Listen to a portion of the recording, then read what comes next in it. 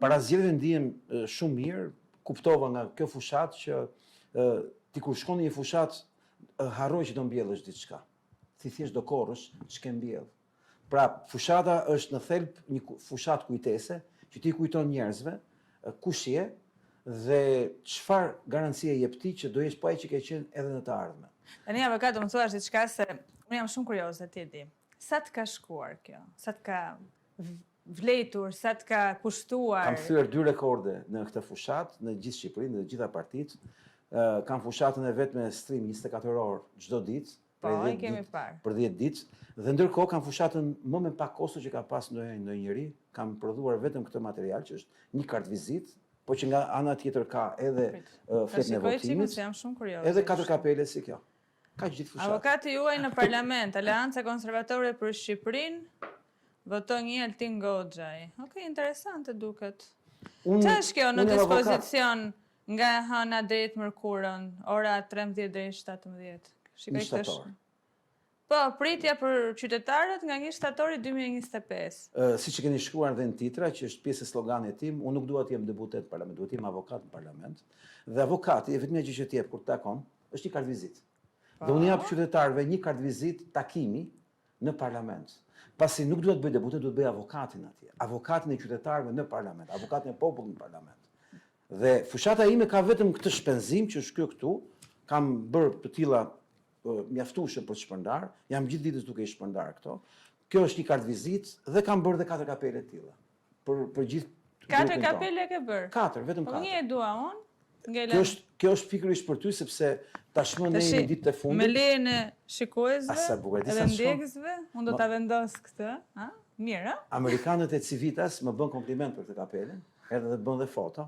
Dhe e thanë dhe në anglisht që kjo është kapelja më e bukur e fushatës. Interesante. Dhe kjo është marrë përshtatur nga Elon Musk, Dark Maga quhet, dhe forma që unë i zgjodha kësaj ishte identike ajo, votoi një Altin Goxhaj, që është hashtagu për katës, dhe natyrisht flamuri shqiptar, kjo është kryesorja. Unë mora një model të Dark Magës më sonë dhurat nga Amerika, që ishte identike kjo, vetëm flamuri amerikan dhe Make America Great Again. Kjo është Shqipëria, jonë nuk mund të themi ne Great Again, ne do themi Make Albania Home Again, që në anglisht në Shqip përkthehet ose shqipërohet, ta bëjmë Shqipërinë prapë shtëpinë tonë. Pse? Se gjithë po hikin. Pra, kjo është kapele kundër shpopullimit dhe unë e zgjodha këtë slogan pasi edhe në vitin 2020-2021 kur përpoqim të futeshim zgjedhje, këtë slogan kishim, Make Albania Home Again. Po ta shohësh në anglisht lojën e fjalëve, kjo shkon më shumë Kennedit në termat e gërmës parë. Ai thoshte Make America Health Again. Ta bëjmë Amerikën gjithmonë edhe një të shëndetshme, të madhe dhe të shëndetshme. Unë e kam ta bëjmë Shqipërinë shtëpinë tonë, Home Again. Dhe unë besoj që për kaq vjet sa më njohin njerëzit, vitet e para kur unë artikuloja termin e shpopullimit të Shqipërisë, njerëzit hapshin syt, ora është e vërtetë kjo që thotë ky, se duket shumë e rëndë, ky po fantazon. Por ndërkohë u deshën pak vite që njerëzit fillonin të kuptonin që mungonin njerëzit e tyre. Fillonin të ikin të gjithë. Dhe erdhi një ditë që politika e shqiptare detyruat të pranoj fjalën shpopullim si fenomen, po jo si agjend. Ka vetëm pak kohë që klasa politike ka filluar të flasë për këtë temë, por vetëm koalicioni i Partisë Demokratike e ka kthyer në argument që ka një agjend. Dhe kjo fjalë vjen nga ne dhe unë këtë kam pasur si objektiv. T'i shpjegoj njerëzve të keqen që po vjen që ta parandalojnë. Por, siç ka marrë njerë këtu ke ju, dhe më keni pyetur, u kam thënë, kjo është sindroma Kasandrës, te Iliada, kur Kasandra i thoshte trojanëve, mos e fusni atë kalë troje brenda, se do digje troje dhe askush se dëgjonte. Dhe mu nuk më dëgjonte njëri. Tash është koha që po më gjej. Pak vonë, më duket mua. Po, më mirë vonë se kur, dhe kam përshtypjen kjo është e fundit herë që kemi mundësi të shpëtojmë se me thonë të drejtën, qofse Rama do arrinte të merrte këto zgjedhje, unë t'i them një gjë për shqiptarët, që ajo e zezë që po vjen për ta, është të mendojnë çka ndaluar, ta shumësojnë për 2. Dash ikën e njerëzve, dash gjendjen ekonomike, dash represionin dhe xhandarin në kokën e çdo shqiptari që është Edi Rama. Dhe njerëzit e kanë në dorën e tyre, fati i tyre është dorën e tyre, por po cilën mirë shqiptarët me veten e tyre dhe me fëmijët e tyre për të ardhmen e tyre, Zoti do t'i ndihmojë. Unë besoj që në fund fare, çdo që të bëjmë ne, çdo që do vendos Zoti atë punë. Pa nuk do të vendosi këtë se si do punojmë ne, po si do sillemi ne. Pra, në raport me veten tonë, si do sillemi me këtë realitet që ne kemi. Se Zoti na shef edhe aty ku ne nuk e shohim realitetin. Na shef brenda nesh. Ne mund të gënjejmë gjithë ditës. Në qoftë se ne nuk do ta meritojmë shpëtimin, nuk do ta kemi shpëtimin. Po këtu vjen një herë brenda.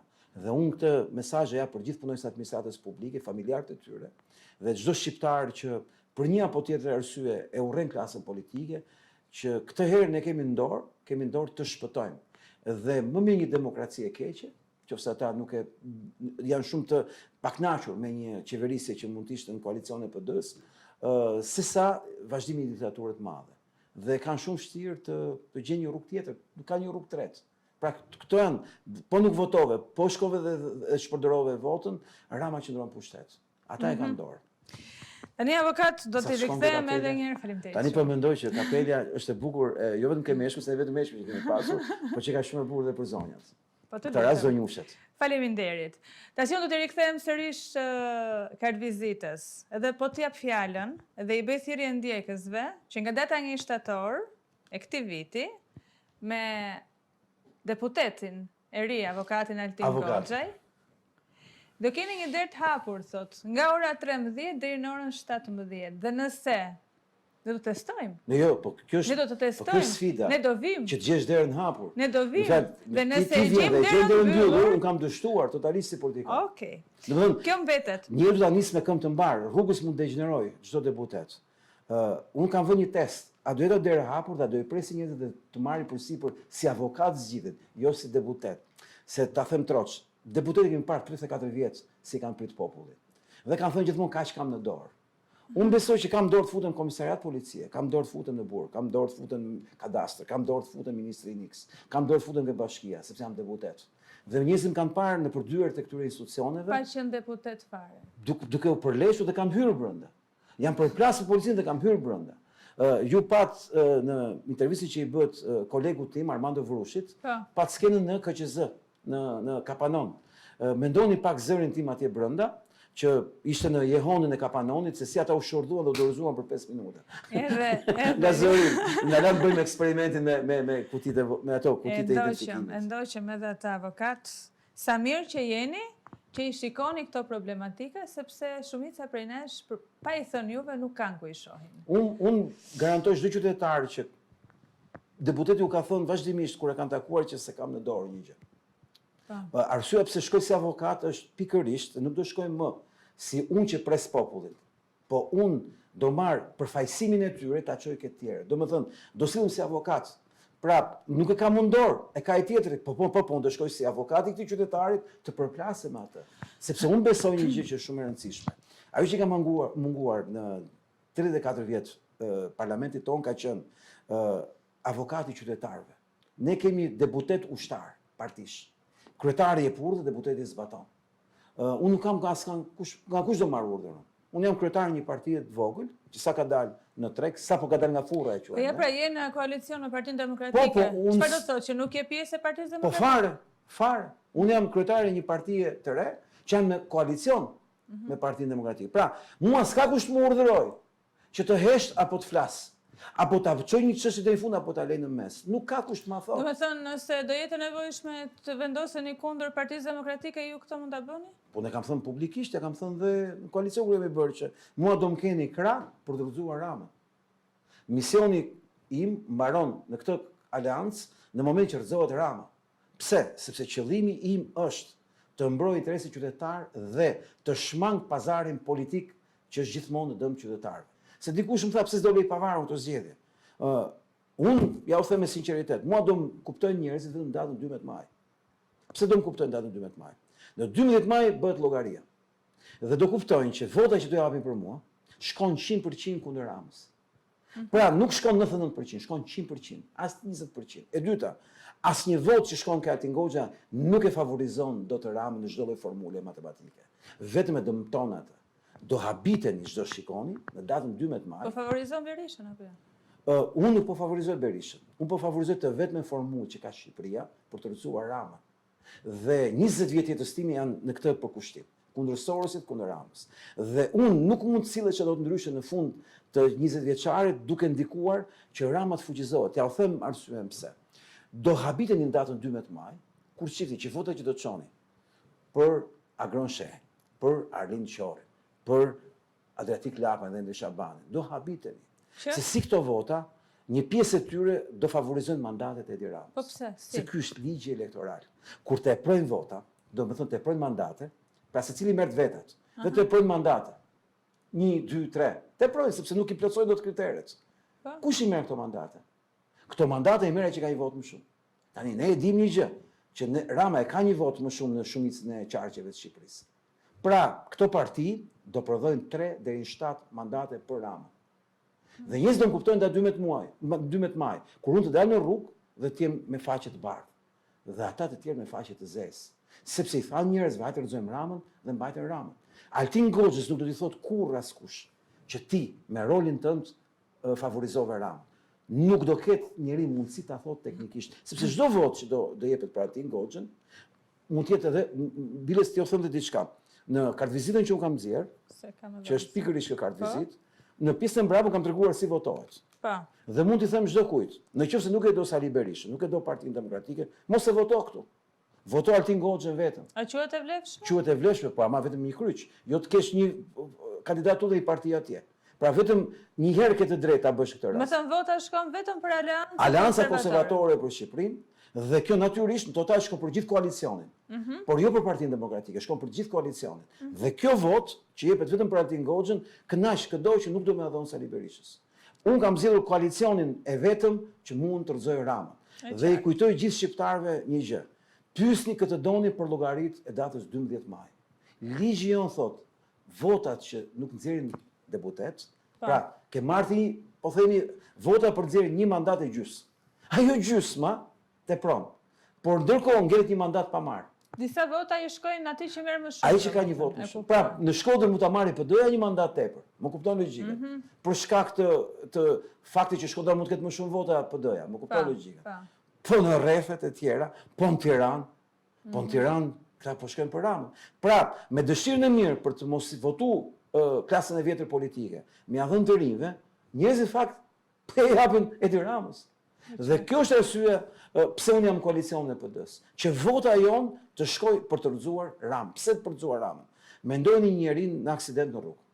Mendojnë një njeri që e plagoset diku. Hapi parë që bën mjeku, çfarë është? Ndalon hemoragjinë. Pastaj merret me gjithë gjërat e tjera. Pse? Po ti merr me çfarë duash. Po stalove hemoragjinë. Ai do vdes. Ne duhet të ndalojmë shpopullimin, hemoragjinë. Pra ne kemi nevojë urgjente të rrëzojmë Ramën, të shpëtojmë nga Rama, sepse edhe ata që kanë mbetur do ikin. Pse do ikin? Po ku të rrinë? Ja kjo është pyetja, ku të rrinë? Arrit më me Ramën? Ky njeri po shtron të vetët nga mjesën darkë, në çu bën shqiptarë. Dhe ne e pam ç'bëri 12 vjet. Dhe ky nuk ka thënë asnjë moment që ka gabuar 12 vjet. Ky thotë do vazhdoj. Pra, ne e dimë ç'na ndodhi 12 vjet. Mendoni atë që kalojnë 12 vjet, se si është dyfishuar në çdo mandat. E keq. Mendo mandatin e parë të Ramës 2013-2017. Mendo mandatin e 2017-2021. Ishte shumë herë më keq 2017-2021 se 2013-2015. Po akoma dhe më keq, më të merr u bë ky. Pra u dyfishua e keqja. Mendoni tash sa keq jemi, shumëzohet për dy. PD-ja, koalicioni PD-s, më fal po të shohësh programi i tyre elektoral, ka disa mesazhe të qarta sa lek në xhep do kenë shqiptarët. Sa gjoba do falen, cilat lloje gjoba do falen, si do ulen sa çmime, që janë konkrete, po ai bën dot PD-ja. Mosha juaj e ka të vështirë ta besoj. Pyesni prindërit tuaj. Në 2005 kur erdhi PD-ja në pushtet, a u dyfishuan rrogat kur marrën mandatet të vjeçar? U dyfishuan. A u dyfishuan pension? U dyfishuan. A ishte një jetë e tillë që ti shkoje në supermarket me 50.000 lekë vjetra, ti mbushje shportën dhe hajti majt i çojnë në shtëpi. Sot me qese të vogël i çojnë në shtëpi. Pse?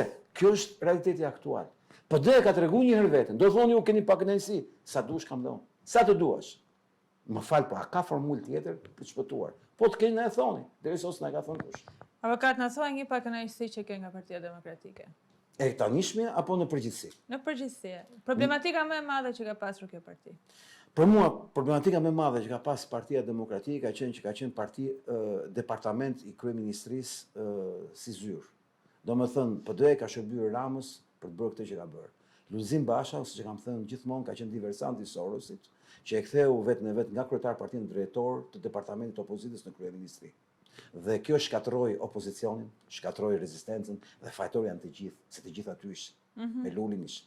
Kam qenë i vetmi që në 2015 që i bëja thirrje demokratëve.